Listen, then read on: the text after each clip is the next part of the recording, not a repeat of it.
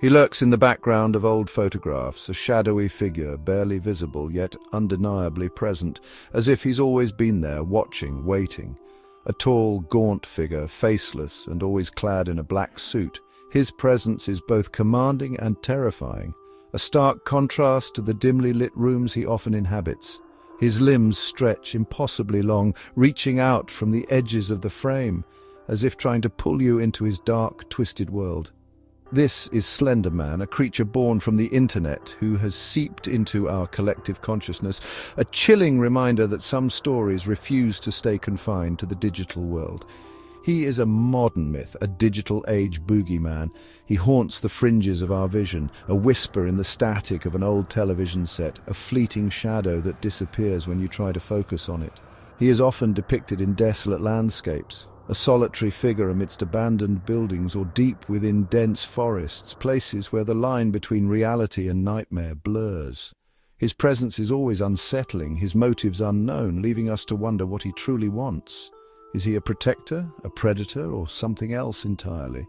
The ambiguity of Slender Man is part of what makes him so terrifying, a blank canvas for our darkest fears. He is a blank slate onto which we project our deepest fears, embodying the unknown and the unknowable. He embodies the unknown, the things that go bump in the night, the nightmares that linger long after we wake, a figure that transcends the digital realm to haunt our reality. But is he merely a figment of our collective imagination, a product of the digital age? Or is there something more to his story, or does Slender Man tap into something more primal? A fear that has always resided within us, lurking in the shadows of our minds, waiting to be awakened. Slender Man's story is unique in that it is entirely a product of the internet age, a modern myth born from the digital ether. He emerged not from ancient folklore or campfire stories, but from a Photoshop contest on the Something Awful forums in 2009. This was a place where creativity and the macabre intertwined seamlessly. Created by Erik Knudsen under the username Victor Surge, Slender Man was a chilling addition to a forum thread dedicated to creating fake paranormal images. Knudsen's vision was to craft something that felt both familiar and deeply unsettling. Knudsen's initial images were simple yet effective, using basic photo manipulation techniques to create a sense of eerie realism. Grainy photographs, often depicting children, with the unsettling presence of Slender Man lurking in the background, added to the chilling effect. What started as a few eerie images quickly captured the imagination of the internet. People were drawn to the mystery and horror of this new figure. The legend of Slender Man spread like wildfire, fueled by online forums, creepypasta websites, and amateur films. Each platform added its own twist to the growing mythos. Soon, Slender Man was everywhere, permeating various corners of the internet and beyond. He became a viral sensation, inspiring countless pieces of fan art, short stories, and even video games. The character's reach extended into multiple forms of media. The collaborative nature of the internet allowed the mythos of Slender Man to grow exponentially. Each new contribution added depth and complexity to the legend. Every shared image, every new story added another layer to his terrifying persona. The community-driven narrative made Slender Man a living, evolving legend. Slender Man became a phenomenon, a testament to the power of online communities to craft compelling and terrifying narratives.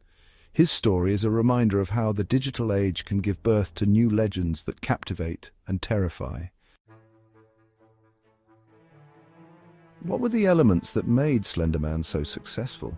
How did this internet-born entity capture the imaginations of so many?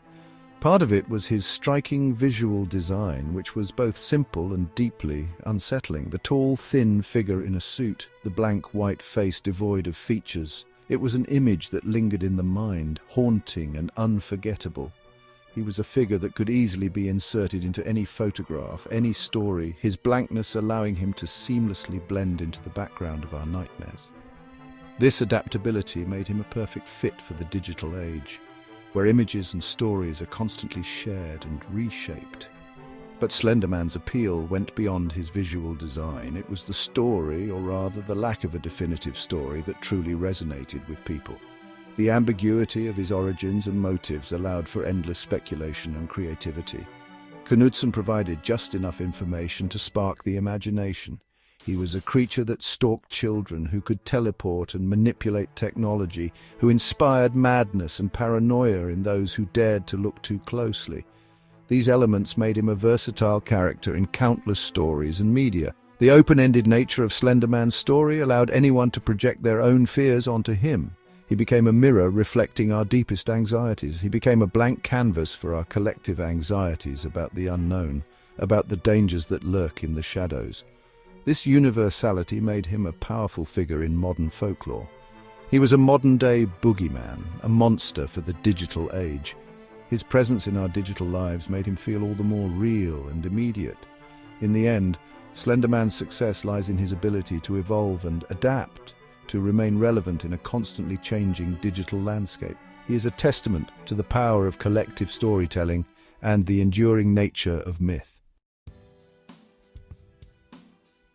While Slender Man began as a fictional character, his influence has had real-world consequences.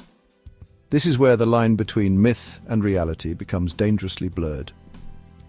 In 2014, a tragic incident occurred in Waukesha, Wisconsin, where two 12-year-old girls lured their friend into the woods and stabbed her 19 times, claiming they did it to appease Slender Man. They believed that by committing this horrific act, they would become his proxies and be allowed to live in his mansion in the forest. This shocking event brought Slender Man out of the realm of internet folklore and into the harsh light of reality. It highlighted the dark power of collective storytelling and the potential dangers of myth when taken too far. The incident led to a nationwide discussion about the influence of internet culture on young minds, the responsibilities of content creators, and the impact of digital myths on vulnerable individuals. Psychologists and experts weighed in, explaining how the open-ended nature of Slender Man's mythology made it easy for impressionable minds to fill in the gaps with their own fears and fantasies. The incident also prompted a re-evaluation of how we consume and interpret digital content. As we navigate the ever-evolving digital landscape, the story of Slender Man serves as a cautionary tale. It reminds us of the power of stories to shape our perceptions and the importance of distinguishing fiction from reality. If you liked the video, subscribe to the channel. Do you think Slender Man is just a story, or could there be more to it? Let us know in the comments below.